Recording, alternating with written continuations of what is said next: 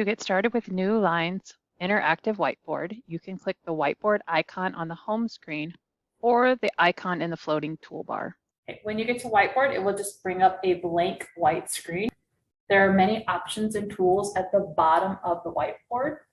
So I'd like to take a look at the bottom lower left-hand side of the whiteboard. There's three little dots, and this is where you can add things to the whiteboard. You can add images. So if you click on images, it will bring up your saved images. You can add text. So if you'd prefer to have text on your whiteboard instead of writing, you can do that from here. You can add sticky notes. So if I click on sticky notes, it allows me to choose a color, and then I'm going to tap on the screen and I could add a sticky note. So maybe you have different groups of students adding information or brainstorming, different students, then they each get their own sticky note. I'm going to go back to these three little dots. So again, under add, you can add an image, text, sticky note.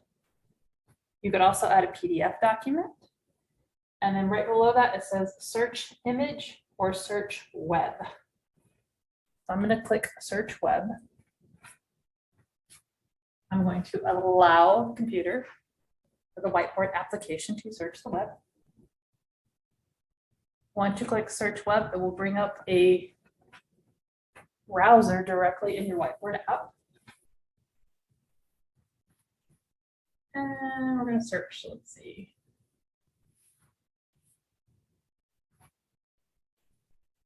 If I'm teaching a lesson before I read Great Gatsby, I might bring up some information about F. Scott Fitzgerald. I pulled this up from the three little dots directly in whiteboard.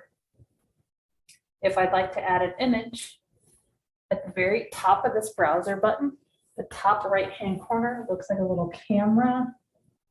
I'm going to click on that. That brings up a little screen for me. You can see how it's wider than the rest of it. So I'm going to size that around one image. And once I get that where I'd like it, I'm going to hit the check mark in the upper right-hand corner, and that's going to bring that directly onto my whiteboard. I can move that where I want, and I can resize it.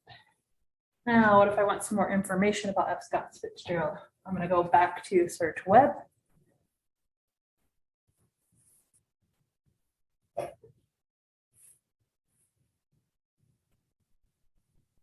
I'm going to bring up information again.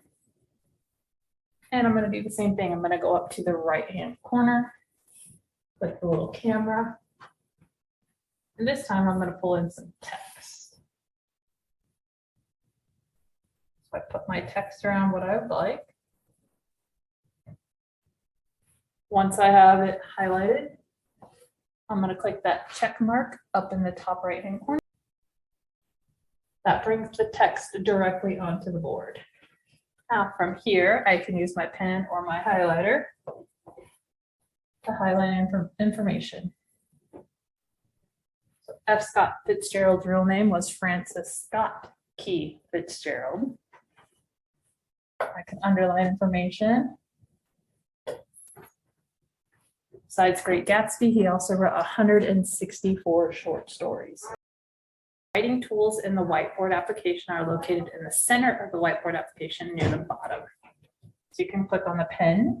You can choose what color you want it to be and the thickness. And then you can write on the board. Second one over is the highlighter pen. You click on that. If you long press, it will bring up the options for the color and the thickness of the highlighter. And then you can highlight information. The third button over in the center of the whiteboard is your shapes. Here you can insert shape. And you can adjust the size. So the lasso is the fourth button over between shapes and eraser. And the lasso lets you select and group things together. So if I select the lasso and I go over two items, now they are grouped together. Now I can move them as a group. I can adjust the size as a group. So that is the lasso button. Then you have your erase button. Eraser has two options. So you can erase directly what it touches, or you can erase a whole shape or line.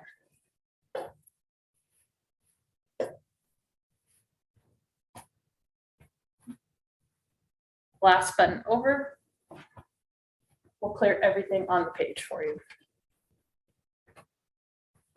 If you make a mistake, there's the undo button and the redo button, which will allow you to go back to the last thing that you've done.